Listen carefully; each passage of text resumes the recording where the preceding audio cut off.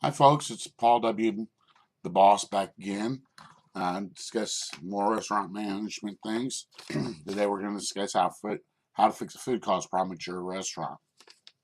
Before we start, I want to give you the website for the address for my website, and here it is: www.theboss.rocks, helping restaurant owners, managers grow sales, profits, professionally and personally. Okay, so fixing a food cost problem. I'm going to assume in this day and age, most all of you are have a POS system. If you do, it's a great tool to use. You're going to need to use it a lot for this. Um, if you don't have one, then what you want to start doing is daily inventories and even maybe per shift inventories in order to uh, not only find your problem with your food costs, but also where the high parts are. So, um, but assuming you have a POS system, I'm sure 90% of the restaurants do at least. So, first thing you're going to do is analyze your theoretical food costs per your POS. It'll give you reports on um, uh, um, your departments and maybe even per some may even give you your food cost per um, be able to break it down per item, per product. Um, anyway, you're going to look at your analyze your departments like meat, dairy, dry goods, packaging, whatever. Okay, uh, and look for the areas that are high. Well, first let me explain a little bit about theoretical food cost. Your theoretical food cost should be produced by your POS system. If you do not have a theoretical food cost and you have a POS system, you need to contact your manufacturer of your POS system, tell them you want one, because it's a huge tool. Theoretical is what, in theory, you should run for food costs. Now, some will have a built-in cushion for waste, some won't. That'll probably depend on how you want it set up. The POS company will probably do it for you. Okay. I suggest not putting it in there because who really knows how much waste you're going to have. So to put a cushion in there of 1% or 2.5%, for waste is just, I think it's a difficult guess to make. Plus, um, it hides what could be a waste problem as well. Um, so, I mean, it's easier. Hopefully, you have very little, no waste. So, um, it's easier. It would be easier to go back and find your problem if it's not in there. Okay, and then realize that you have a waste problem, which means you have more than likely an ordering problem, or you get some untrained people, some people that are maybe a little bit untrained or not prepared enough to handle the position they're in, and they're making mistakes cooking your product. So, um, what you want to do once you analyze these departments, figure out which departments are high in an area of concern. Okay, so now you determine it's in your meats. Okay, so then you're going to analyze, well, which meats are they? Oh, it's my chicken wings. Okay, or it's my ground beef, or it's my steaks, or this or that, or it's a particular type of steak, or whatever. Um, and if it's a cut of meat, are you is it supposed to be a 6 ounce cut of meat, and you're getting uh, 7 out of some of those, so you're portioning. You can't, what are you going to do? Cut off a little bit of a chicken breast because it's 7 ounces, 7 inches instead of 6, or what? Um, your distributor is still going to charge you by the pound, even if they send you something that's inconsistent. Okay, so you're paying for that extra ounce, but you're giving it away to the customer because you're not really charging them, because you're charging them theoretically for a 6 ounce chicken breast instead of a 7 ounce chicken breast. Okay, so keep that in mind. Okay. Um, So analyze the ingredients. For example, chicken wings. I mentioned that chicken wings are a real easy item to steal. Okay, because they're easy to cook, and you put a little sauce on them, they're ready to go. A lot of restaurants, other products, um, or steaks, same thing, or ground beef. Uh, there's very little preparation. A lot of other ingredients in the restaurant are just um, they don't want to mess with that much. What's the point of stealing ketchup or mustard? Probably not a lot. Someone's not going to bother with that. Um, but to steal a steak or some wings or something would be um, something that would be viable. Okay. Um, Determine which products use those ingredients. So now you figure out which ingredients it is. Figure out which products they are. Okay, match up to those. Now, if you run a restaurant like me, um, a product will be used in an ingredient will be used in several different products. That's part of the reason you have the products you have, is that your 7-ounce chicken breast can be used is used for chicken salads, maybe chicken salad, on a grilled chicken salad, on or a grilled chicken sandwich. Maybe it's used to make chicken noodle soup. Maybe it's used to make chicken noodles, so on and so forth. Um, so it's difficult to um, sit here and say um,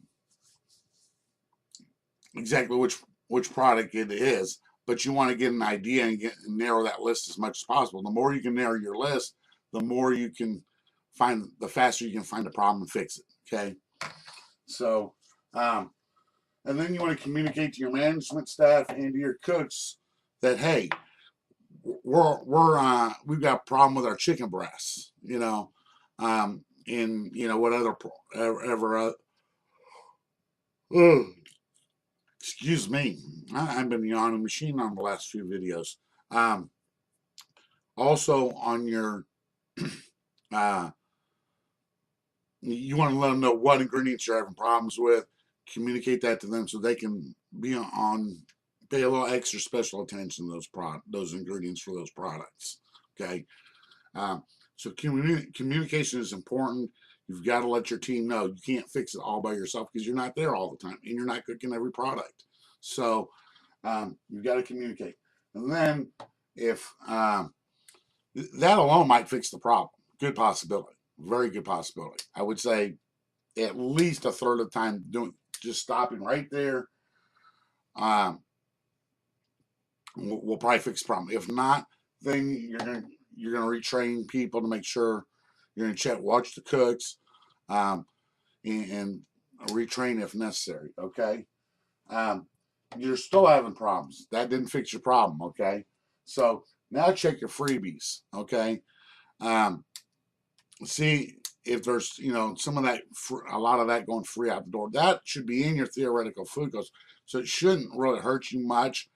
But managing your theoretical and making it as low as possible also makes your food costs low as possible. So even if it is built into your theoretical, you still want to have a lower theoretical than if you can lower that, you're still helping yourself and dragging more money to the bottom line. So monitor your inside theft. Maybe you need to inventory this, per day or per shift, because it's coming up missing. And how do you screw up cooking chicken wings, for example? You count them out. Now maybe and this is another thing. Some items you'll buy say approximately blank per case or per bag, 80 chicken wings per bag. Well, a lot of times you'll only be getting, maybe you're only getting 75, or maybe you're only getting 70, or maybe you're getting 80, but 4 of them aren't usable. Okay, they don't meet your standards. Period. You won't serve it. This is problems that you're gonna have to take up with your distributor. Okay, Next is and then monitor your inside thefts. If someone's stealing, theft is an automatic fire. You don't need 3 write-ups for that. They're gone, fired. And that's something. I talked about orientation and everything. You let them know that there's certain offenses that are deemed one striking or out. I mean, and theft is one of them. If they're stealing from you, they'll lie from you. So, lie to you. Um, Inventory daily or per shift. I already mentioned that. Check your waste. Hey, are they pulling out too much of the meat to thaw at once, and it's going bad? On the second day, on the second shift. It comes in frozen. They pull it out to thaw it so it'll cook faster, cook better, and then it's going bad. They pull it out on Monday, and then Tuesday night they're having to throw some away because it's no good. Is that a problem? So check your waste, and if you don't have one, you can start a program where you set up a waste bucket, okay, or anything that's a hamburger gets returned or a piece of meat gets returned because it's not cooked properly. It was overcooked or it's undercooked. Okay.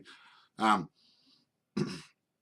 by the way, if you undercook a product and send it to a customer and then they send it back, don't throw it back on the grill and continue to recook it. The cooking process is screwed up. It's going to come out tough. Don't do it. Just cook them a new hamburger. And this is what I always suggest is if you've overcooked or undercooked, I tell them, hey, keep this if you eat what you can of it while we cook you another one. And then whatever they don't eat gets thrown in the garbage, okay? Or what I'm going to suggest now is a waste bucket. And every time you got some mushrooms that went slimy, got some onions that went slimy, whatever the product is, you write it on a waste sheet that it hangs on the wall right over the waste bucket, and everything that gets thrown away that is no good goes in that waste bucket. Now you've set up a system to monitor your waste. Okay.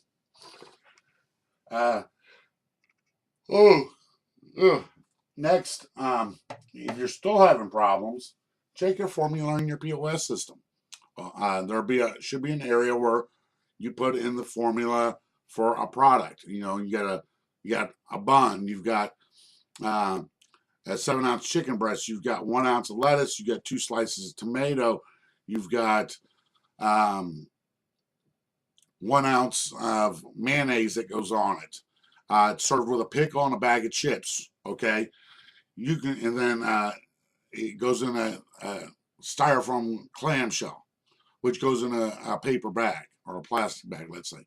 So you're going to count each one of those items, look in there into your recipe and say, okay,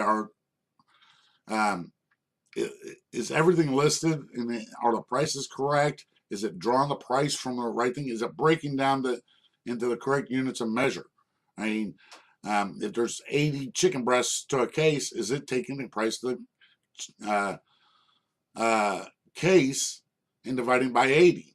Are